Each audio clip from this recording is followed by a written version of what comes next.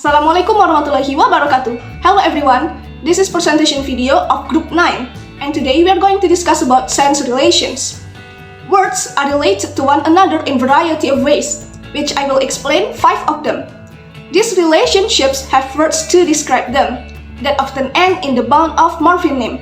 Number 1 is homophones. Homophones are words which are pronounced the same but have different spellings and meanings. For example, meat and see. Number 2 is homographs. Homographs are words which are spelled the same but have different pronunciation and meanings.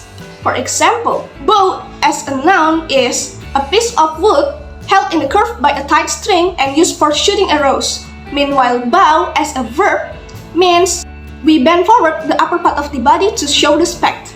Another example is lead as a verb means to guide in opinion or actions. Meanwhile, lead as a noun is melted metal used for water pipes or cover roofs, and etc. Number 3 is homonyms. Homonyms are words which are spelled and pronounced the same but have clearly different meanings. The meanings are far apart from each other and not obviously related in any way. For example, the word bank, it can have multiple meanings, such as financial institution, the side of a river, a row of keys on a keyboard, and as a verb means we move one side higher than the other when making a turn. I'll give you guys more example. Lie as a verb, it explains flat resting position as on the ground or a bed. Meanwhile, lie as a noun means an untrue statement purposely made to deceive. Number 4 is polysemy. Polysemy is the relationships of two words which have very closely related senses, whether conceptually or historically. The two words are spelled and pronounced the same.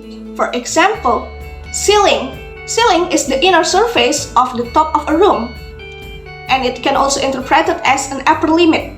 Number 5 is synonyms. Synonyms are words that sound different but have the same or nearly the same meanings. For example, happy and glad, sofa and couch, buy and purchase. When two senses of two different words are identical or nearly identical, we say the two senses are synonyms. The word synonym is commonly used to describe a relationship of approximate or rough synonymy. But synonymy is actually a relationship between senses rather than words. Considering the word big and large, this may seem to be synonyms in the following sentences. Since we could swap big and large in either sentence and retain the same meaning. For example, in the sentence, how big is that plane? And will I be flying on a large or small plane? But note, the following sentence in which we cannot substitute large for big. For example, the sentence, Miss Nelson became a kind of a big sister to Benjamin. And Miss Nelson became a kind of a large sister to Benjamin. It cannot be substituted because the word big has a sense that means being older or grown up. Meanwhile, large lacks that sense.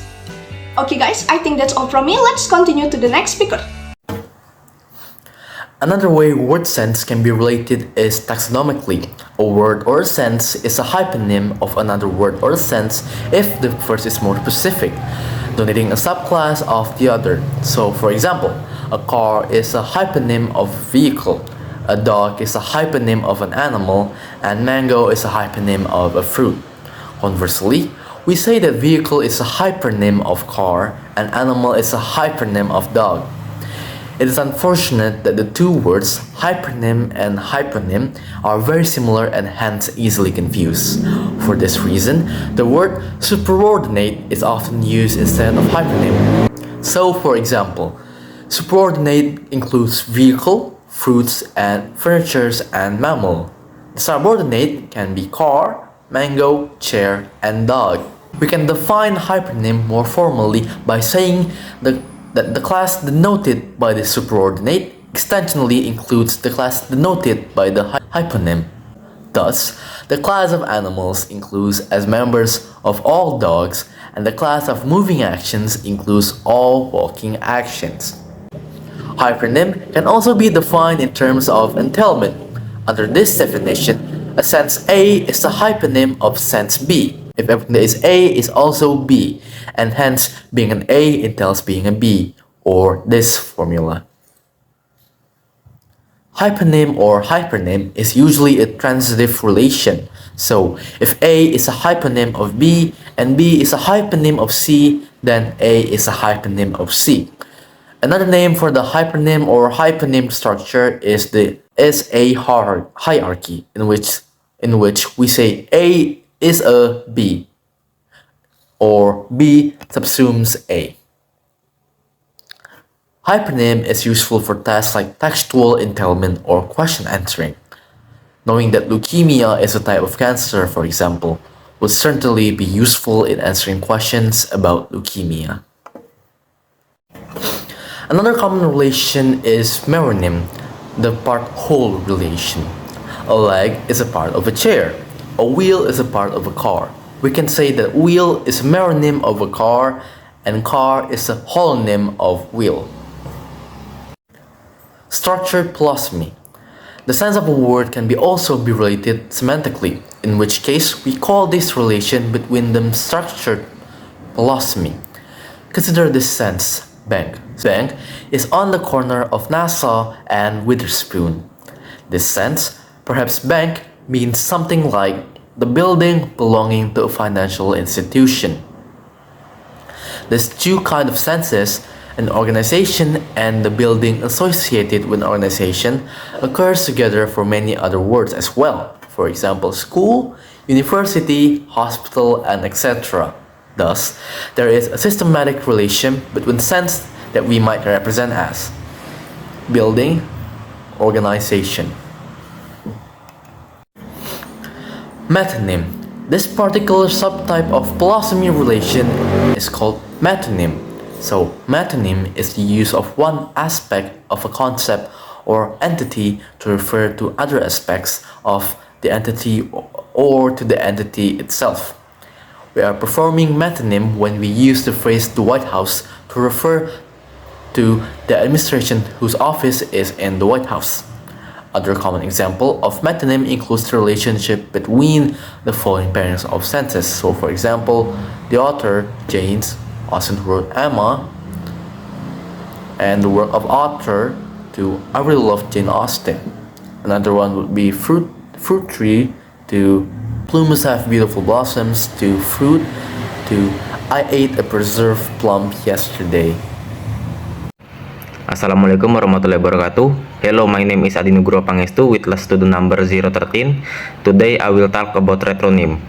Retronym is a word or phrase created by an existing terms has become insufficient to describe something due technological or social advancement. A. Origin of retronym. The term retronym was coined by Frank McWillis, a former press secretary for Robert F. Kennedy and George McGovern, and Jessica Green in their book Perfectly Clear: Nixon from Whittier to Watergate. The book was published in 1890, and in it they use word retronym to describe words that are created to distinguish between older and newer versions of things, primarily as a result of technological and societal change. For example, analog clocks in the age of digital timekeeping devices like digital watch and clock. The term analog clock is used to differentiate traditional clock face with hour and minute hands from their digital counterparts. B. Technological driven retronym. Technological driven retronym are specific category of retronym that emerge due to advancement in technology. These retronym are created to differentiate between older pre-existing technology or concept and newer one that have evolved or been introduced. For example, desktop computer and laptop or notebook computer. The rise of portable laptop and notebook computer made it necessary to distinguish them from traditional desktop computer. 3. Social and cultural retronym. Social and cultural retronym are a category of retronym that arise due to change in society, culture, or custom. These retronym are created to differentiate between older, established cultural or social practice and newer one. often in response to shift in societal norms, values, or technologies. For example, traditional art and digital art. This emerge of digital art form, created on computer or digital device, has prompted to use retronym to describe non-digital or traditional artistic medium. D. Impact on language. 1. Language evolution. Retronym are reflection of language evolution. They emerge and respond to change in society, culture, and technology.